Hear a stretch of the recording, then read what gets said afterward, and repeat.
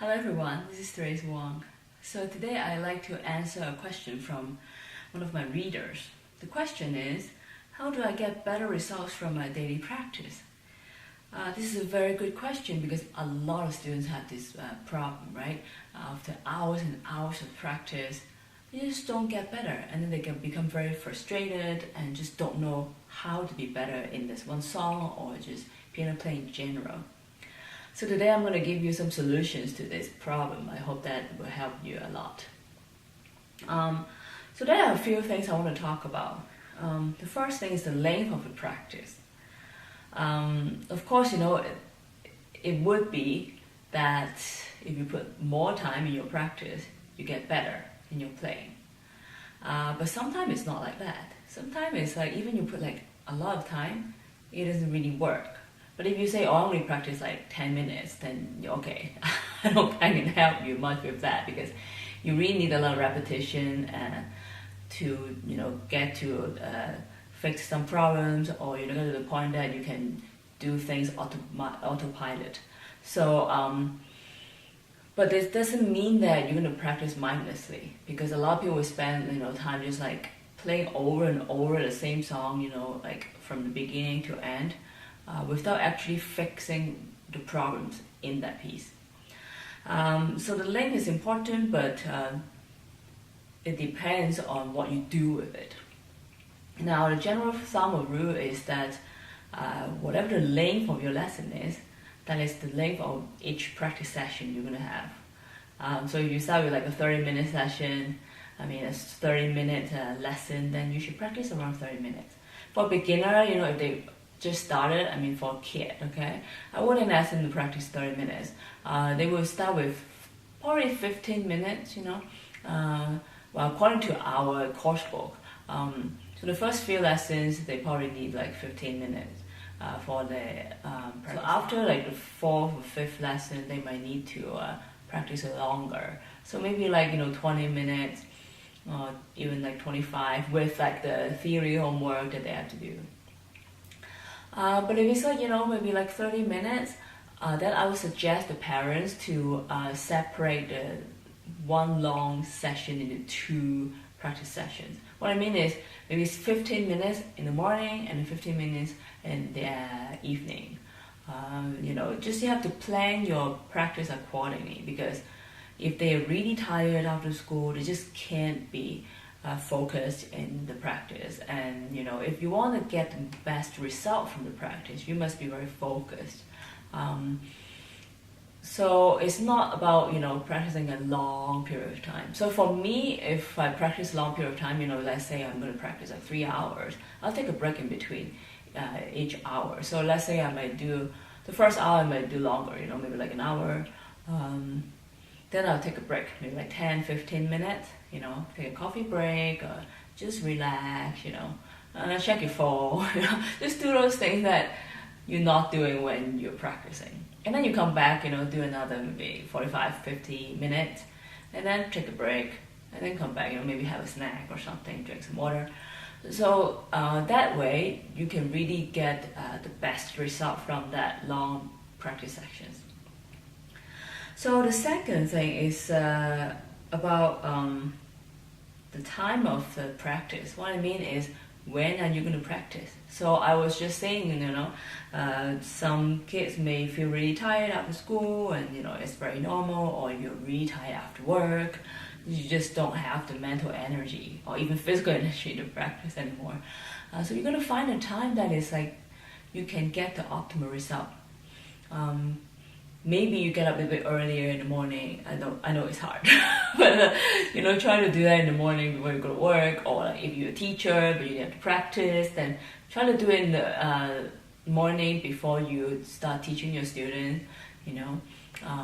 Or for like school kids, they can try to do a small short session before they go to school, and then maybe they can do the short sessions before dinner or after dinner, just to make that practice time comfortable and pleasurable for you or your kid, It's not a punishment, because whenever you say, practice, this is going to be like hard work, a chore. But if you start right from the start, especially with the kids, if you give them the idea this is a fun thing, it's not like a negative thing, it's not like a chore for them to do, then they would actually enjoy it, and they start loving to practice and going to lessons and love playing. And instill in them an idea that it's important to practice, because some people just think, oh, okay, I'm going to go to lesson and I don't need to practice. It's not true. Anything that requires skill, like a piano or any kind of craft, you need to put time into working on it on your own, apart from going to lessons. So that's very important. So make it easy for yourself, make it pleasurable for yourself, make it as least painful as possible. And actually it will help you focus more, when you're more relaxed, or you're already ate, or you're already relaxed a little bit, after work or after school, then it's easier for you to practice and get more from it. Now, number 3 is the goal of the practice. So what are you doing with that practice session? What I mean is, when I ask students, okay, what are you going to do this week in your practice? And then you say, oh, I'm going to make it better. I'm going to play it better. And my question would be, what do you mean by better? Okay, because getting better is not specific. So when I ask, my student, you have to think about what exactly you have to get done, what exactly you have to fix this week. So we will, write down a few things. Maybe this week, maybe the tempo. We're going to get up to speed a little bit. For example, she might be playing one beat to 60. So I want to see if she can play 1 to maybe 80. If maybe even the final tempo is 1 to 100, I wouldn't make her to play 100 in 1 week. Unless she can do it, that's great. But you have to break down a bigger goal into smaller goals. So you can reach, okay, maybe it's 80 or even like 72. That's great. So we have a plan. Okay, this week you're going to do 80, and then next week you're going to do 92, and and then next week will be 100.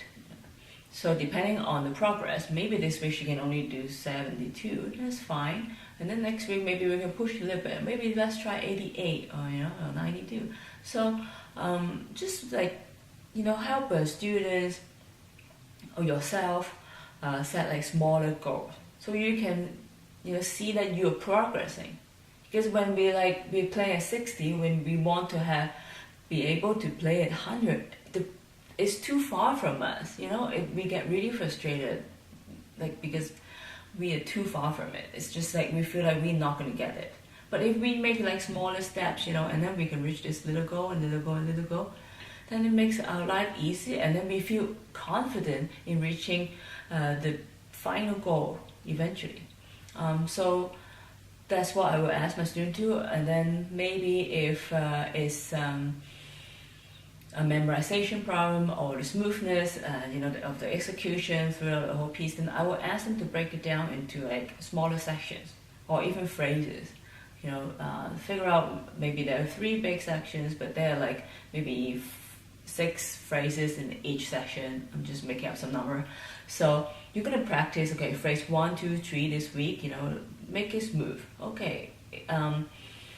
So also, okay, you're gonna find out how to make it smooth. Okay, not just by playing many times. Maybe there's a technical problem. Okay, rotation or the execution of the scales, or maybe the staccatos. So you need to find out exactly what the problem is.